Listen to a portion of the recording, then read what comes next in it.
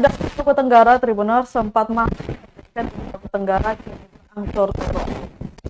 Harga ikan di pasar Kabupaten Maluku Tenggara turun untuk jenis ikan komu penjual membeli dari pemasok seharga turun dari harga sebelumnya Rp700.000 per ember.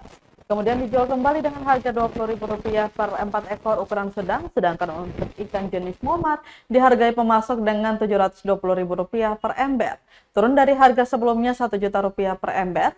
Kemudian pedagang menjual kembali dengan harga Rp20.000 untuk 8 ekor ukuran sedang. Sementara untuk ikan puri kaca dijual Rp550.000 per ember, dijual kembali dengan Rp1.000 per tumpuk.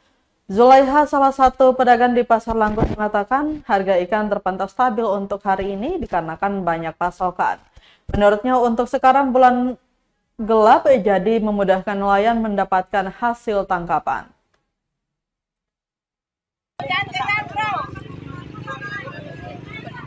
Download Tribun X sekarang, menghadirkan lokal menjadi Indonesia.